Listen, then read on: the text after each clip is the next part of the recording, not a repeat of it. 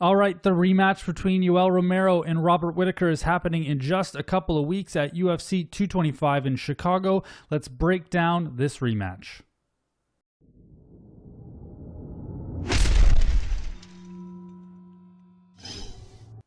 What's going on, everybody? Welcome to Fight Scene. On this channel, we talk about things that are happening in the world of MMA and combat sports. My name's Drew, and today I want to talk a little bit about the rematch that's happening between Yoel Romero and Robert Whittaker on June 9th at UFC 225 in Chicago. This is part of my series on the UFC 225 pay-per-view card. You can take a look at a couple of my other videos, one being CM Punk versus Mike Jackson. I also have a video where I talk about the entire card in its entirety. That's a redundant sentence. But I have a video, I'll link it here in the card, where you can see just my thoughts on the whole pay-per-view, and then the more in-depth videos will be linked in that description as well. I also have a breakdown on Overeem versus Curtis Blades, which has been knocked down to the prelim card. It's been knocked off of the full pay-per-view card into the prelims, been replaced by Holly Holm versus Megan Anderson. So if you are interested in those videos, take a look. But today we're here to talk about Yoel Romero versus Robert Whittaker. This is a rematch between these two, and I don't necessarily have a lot of new information to say in this or about this fight. I wasn't making videos or YouTube content when the first fight happened, but for this, breakdown or whatever you want to call the video, I don't necessarily have a lot of new information to present because we had a very, very quick fight with Yoel Romero against Luke Rockhold, where Yoel looked really dominant, but we didn't necessarily learn a lot of new information about him in order to have a different kind of judgment about how this rematch is going to go. And then also Whittaker's been injured since that last fight, so we have absolutely no new information about him to judge any sort of breakdown prediction about the fight.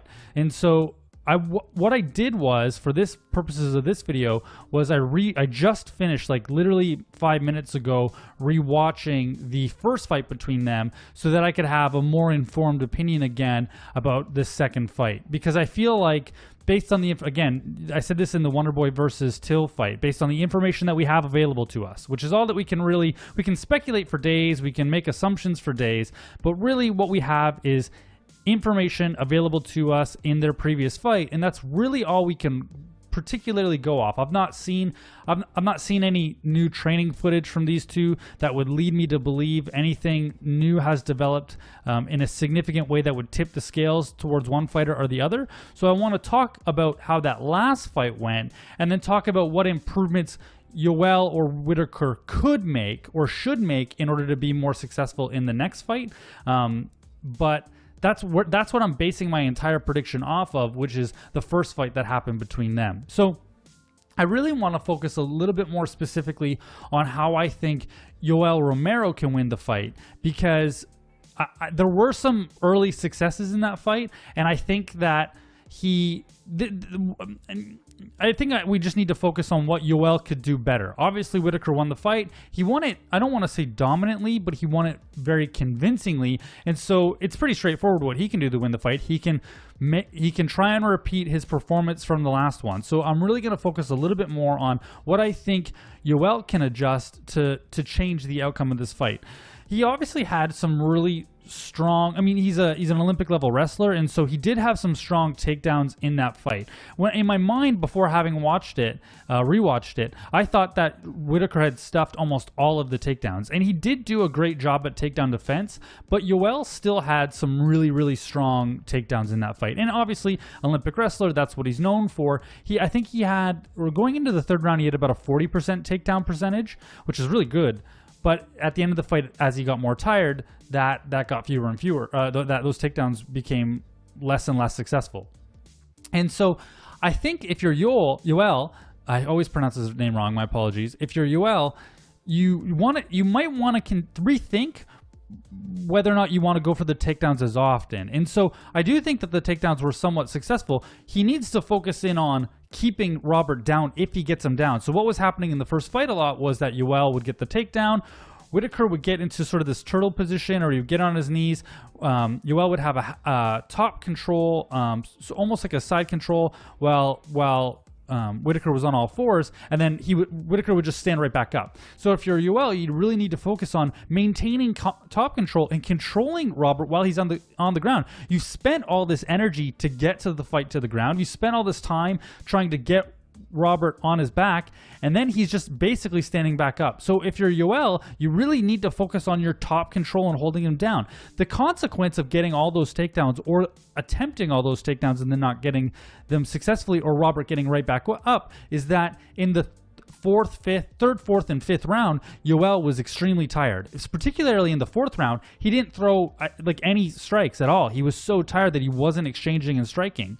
Now, on his part, it might have been a bit of a strategy in thinking that he won the first and second round, lost the third round. Maybe he's thinking, okay, I'll take the fourth round off so that I'll have more energy to win the fifth and then win the fight. I think that's probably a pretty bad strategy. But I have in my notes here to say that Yoel does have, relatively speaking, a fairly low fight IQ. That's not necessarily my opinion. Because I'm not some sort of super analyst that could tell you, oh, well, Yoel has a really low fight IQ. But I've heard that consistently from other analysts.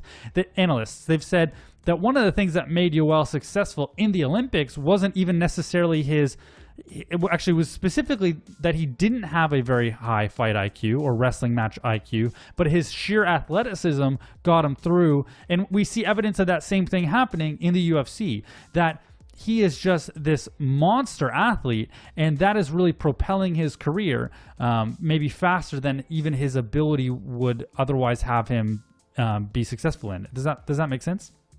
And so I don't think that if that was his strategy, it was a very wise strategy. And I think that ultimately he looked fairly good in the striking exchanges with Robert Whittaker early in the fight. But as he became more tired later in the fight, Robert began to take over. And so you got to ask yourself, if you're Yoel, should I be going for as many takedowns if they're going to expend so much energy that later I'm not good in the striking department? Because that was one thing that we have seen since Yoel in the last fight, that he stopped Luke Rockhold with really powerful striking.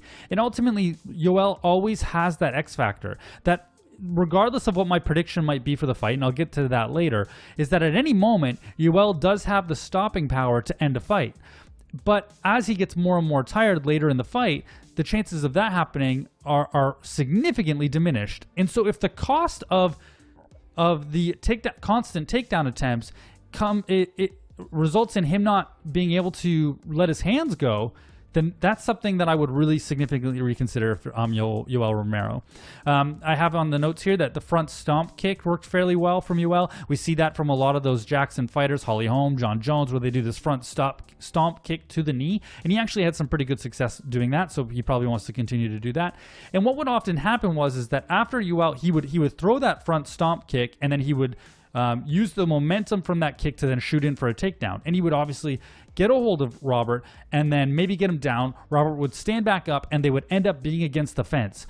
And so Yoel needs to use that time against the fence a lot more strategically, because it is spending energy holding Robert against the fence. He was able to control him really well in that clinch position, but he was constantly trying to regain a takedown, as opposed to throwing knees against the leg, throwing elbows, body shots. He was really just maintaining that position in order to continue to get a takedown. And so he needs to punish Robert for standing back up, being in the clinch against the fence, use that pressure, even just something as simple as throwing knee strikes to the inside of Robert's thigh is going to slow down Robert's footwork, which is one of the real areas of strength for him in the fight, and also likely help Yoel with the takedowns later in the fight as well.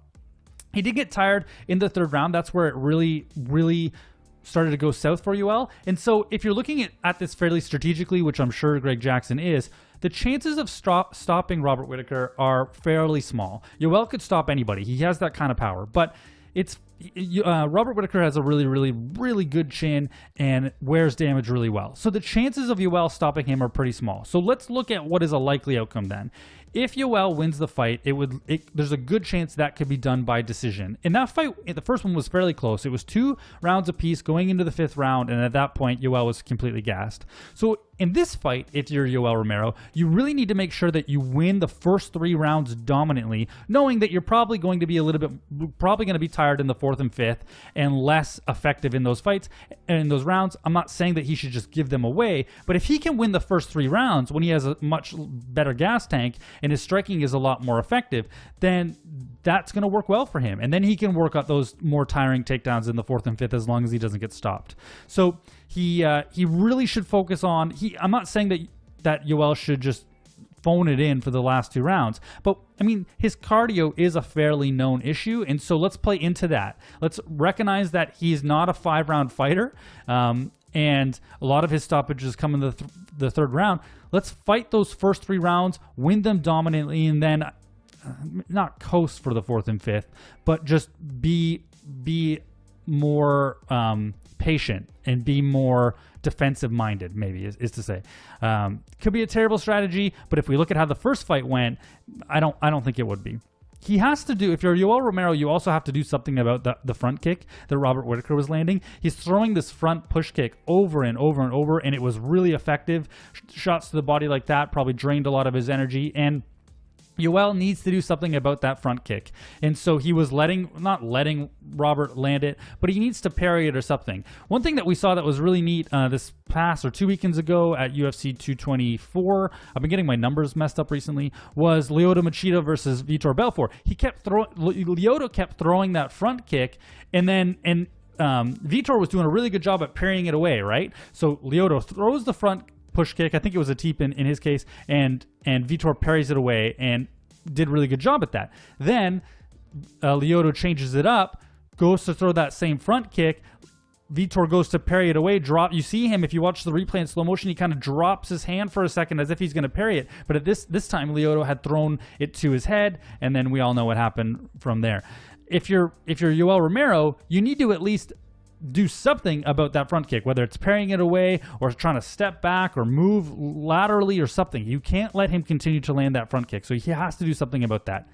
Also, if you're Yoel, Whittaker keeps his hands, in the first fight rather, Whittaker was keeping his hands very, very low, kind of like where I'm at right now, where you can't even see them on camera. He was keeping his hands low as if he was tired, but it was very strategic on his part. He's trying to make sure that when Yoel shoots for a takedown, that Robert can get his hands down low really quickly, shoot for those underhooks and defend the takedowns, which he did a really good job at. So if you're Yoel, you need to punish the fact that Robert's hands are really low. The way that I would suggest that he could do that, the way that I would do it, as if I'm, what an arrogant statement that would be if I said that and meant it. But what I might suggest if I was Yoel Romero is to use his jab. In the first fight, you rarely see him use, I don't think I actually see him use a jab very often. He's a big power shot guy. With Whittaker's hands as low as they are, if he can throw that quick jab, he can likely do a lot of damage early in the fight and have Robert second guessing keeping his hands as low. If you're constantly punishing him with a jab, then it's going to force him to bring his hands up to deal with the jab, and then you can shoot in for your takedown, as opposed to using that front stomp kick to the knee, which likely drops Whittaker's hands already even further, and then you're shooting in for the takedown, and he has the ability to get those underhooks. So you want to do what you can, whether it's quick jabs or straight crosses to Whittaker's face, because his hands are low, that force him to bring up his guard, and then you can maybe be more successful in the takedown. So those are my thoughts on what I think Yoel could adjust in order to be more successful in the second fight. It was pretty close. It was 2 rounds apiece going into the 5th round, as far as I'm concerned. Yoel was very dominant in the second round of that fight, mainly through striking. So, Yoel needs to even consider whether or not he needs to wrestle at all. There's a chance that when he's fresh and not gassed, that he can win just a pure kickboxing match against Robert Whittaker. It's unlikely, but we kind of saw it in the first and second round. Where I think he started to lose the striking and kickboxing match against Robert was when he was gassed as a result of all the takedown attempts. So there's that. For Robert Whittaker, there's not a lot else he really needs to change. If he can repeat as much as he can of the first fight, that's going to be a successful night for him. And we need to keep in mind that in the first or second round, Robert's leg is when he sustained an injury. And so we were looking in that first fight of a Robert Whittaker who wasn't even at 100%. If he's coming into this fight 100%, or at least 95% and up, and he's recovered well from his time off and the injury that he had, then it's probably a fairly straightforward fight for him if he can make sure that he is trying to force Yoel to repeat the same mistakes that he did in the first fight. You saw Robert take over in the third round, and that could be a good strategy for him as well. Make Yoel expend as much energy as possible in the first and second round, and then just dominate a gassed fighter in the third, fourth, and fifth. The fourth round, go back and watch the fight. The fourth round was so one-sided because Yoel was so gassed, his hands were down, and he just wasn't throwing anything of substance. And so it makes it very easy to win against a fighter like that. If you're Robert, repeat that. Make Yoel expend as much energy as possible early and then punish him for it later. Continue to throw that push kick. It was obviously super successful, even with an injured leg. Keep throwing that push kick. That worked well, and hope that they didn't practice that too much. I'm sure they did. I'm sure Yoel's camp watched the tape of that, saw that push kick, and have a strategy to deal with it, but likely it's going to continue to land. If you're Robert Whittaker, it's something that we've seen from him a lot, and I think that he can continue to have success with it as long as he's not telegraphing it too much. We're also noted here that, and I don't know how much of it was because Yoel was gassed, but Robert Whittaker had a better top game than Yoel. Yoel wasn't able to keep Robert on the ground. Robert would just stand back up. But at the end of the fifth round, you see Robert get a takedown or a sweep or something, and then start landing massive elbows against Yoel. It's almost cliche to say that wrestlers don't know what to do off their back. I'm sure that Yoel has some sort of idea of what to do off of his back. But if you can get a very tired and gassed Yoel Romero on his back, that's where you can really do some punishment, and he'll even get more and more tired. One of the jiu-jitsu books that I have, I can't remember the name of it, says that all these things when you're doing jiu-jitsu needs to be automatic, because if you think, you get tired. If you're tired, you're dead. And we see that as an example of how Yoel has had some struggles in the past. When he starts to get tired, all technique goes out the window, and that's where he starts to lose fights. And so if Robert can get Yoel on his back when he's tired, really punish him, we could maybe even see a stoppage or even a submission later in the fight, because it's a lot easier to submit a tired fighter than it is to submit a fresh fighter. And if Yoel is as tired as he was at the end of the fifth round in this next fight, I think he's in a heap of trouble, because my guess is that Robert is more prepared on how to actually finish out this fight. So those are my thoughts on UFC 225. With Yoel Romero and Robert Whittaker. If you disagree with me, let me know why you disagree with me in the comment sections below. I make these videos, if you've been watching them, you know, because I want to discuss this sport. I like the exchanges and responding to your comments in that comment section. So let me know if you disagree with my opinion on this. Who do you think is going to win the fight on June 9th in Chicago? Do you think Yoel is able to change things up? Do you think he's studied well enough to make this fight different? Or is it going to look a lot the same as the previous fight? I don't know if I give my prediction. Anyway, I'll re-give it. My prediction here is that I think that Robert Whittaker is going to win this fight by this decision. I think that ultimately that this will look very similar to the first fight. I do think there'll be less takedown attempts from Yoel Romero, but I think this fight ends very similar in a very similar way. It's a very, very tired and gassed Yoel Romero losing by decision to Robert Whittaker. Robert Whittaker maintains his belt, and we go from there. So sorry that I almost forgot to give the prediction of this video. Thanks for watching. I really appreciate it. Leave your opinions and prediction in the comment section below. And we'll see you in the next video, where I'm going to talk about Colby Covington versus RDA. I'm really looking forward to that video. Thanks so much. Fight the good fight, and we'll see you in the next video. Hey, thank you so much for watching this video. I really appreciate you taking some time out of your day to watch this content. I'm just a fan with an opinion and a camera, but I love the sport of MMA. So if you want to see some more videos, you can take a look here on the right of this screen. And other than that, I will catch you in the next video.